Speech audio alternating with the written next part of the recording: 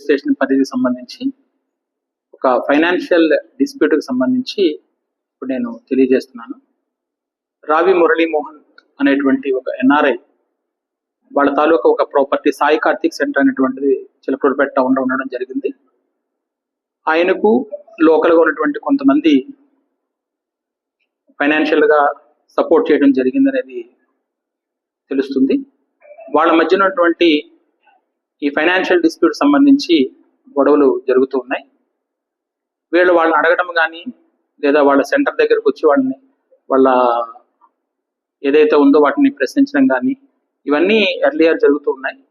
వాటికి సంబంధించి పోలీస్ దగ్గర పిటిషన్స్ అనేటువంటివి అంటే బేసికల్గా వాళ్ళ తాలూకు ఫైనాన్షియల్ డిస్ప్యూట్ని క్లియర్ చేసుకోవడానికి పోలీస్ పరంగా కొన్ని కేసెస్ని క్రియేట్ చేయడం కానీ కొన్ని కేసెస్ని పెట్టడం కానీ లేదు సింపుల్గా బేస్లెస్ ఎలిగేషన్స్ పోలీస్ మీద చేయటం కానీ ఒక ఎన్ఆర్ఐగా ఉంటూ అక్కడ నుంచి ఇక్కడ ఉన్నటువంటి వ్యవస్థలను తప్పు పట్టడం కానీ సోషల్ మీడియాలో ఏది పడితే అది ఎలా పడితే అట్లాగా చేయడం జరిగింది. దీనిలో క్రమంగానే ఆయన 7 రిట్ పిటిషన్స్ని వేయడం జరిగింది. 4 కంటెంప్ట్ కేసెస్ వేస్తున్నారు. ఈవెన్ హెబియస్ కార్పస్ కూడా అందులో వేయడం జరిగింది.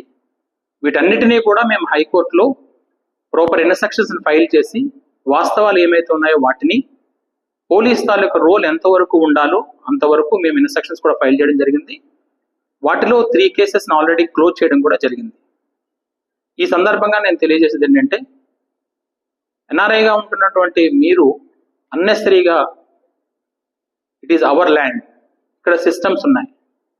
ఈ సిస్టమ్స్ని మీ తాలూకా స్వప్రయోజనాలకి మీకు అనుగుణంగా మారకపోతే మీకు నచ్చినట్టుగా బేస్లెస్ ఎలిగేషన్స్ చేస్తాము అంటే మాత్రం ఖచ్చితంగా చట్టపరంగా యాక్షన్స్ తీసుకుంటాము.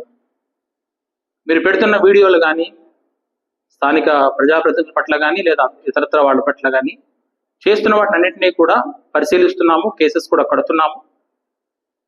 వాటి మీద కూడా ఖచ్చితంగా చర్యలు అయితే ఉంటాయి. పోలీసుని కానీ ఇతర వ్యవస్థలను కానీ బేస్లెస్ ఎలిగేషన్స్తో కౌంటర్ చేయాలని మాత్రం అనుకుంటే దాన్ని చూస్తూ ఊరికైనటువంటి పరిస్థితి లేదు. ఖచ్చితంగా చట్టపరంగా చర్యలు తీసుకుంటామని హెచ్చరిస్తున్నాం.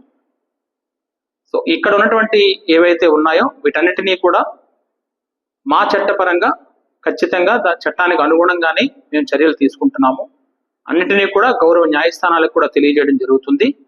గౌరవ న్యాయస్థానాల్లో కూడా వీటి విషయాలన్నింటినీ కూడా పొందుపరచడం కూడా జరుగుతుంది.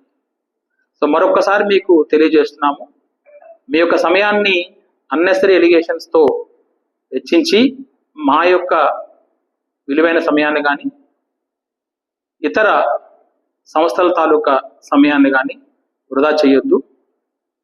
ఈ విధంగా చేస్తే మాత్రం ఖచ్చితంగా అన్ని రకాలైనటువంటి చర్యలు కూడా తీసుకోవడం జరుగుతుందని తెలియజేస్తున్నాను. Thank you. ఇన్వెస్టిగేషన్లో మనకి ఫ్యాక్ట్స్ ఏమైనా వస్తే చట్టపరంగా ఏ చర్యలు ఉంటే ఆ చర్యలన్నీ కూడా తీసుకుంటాం.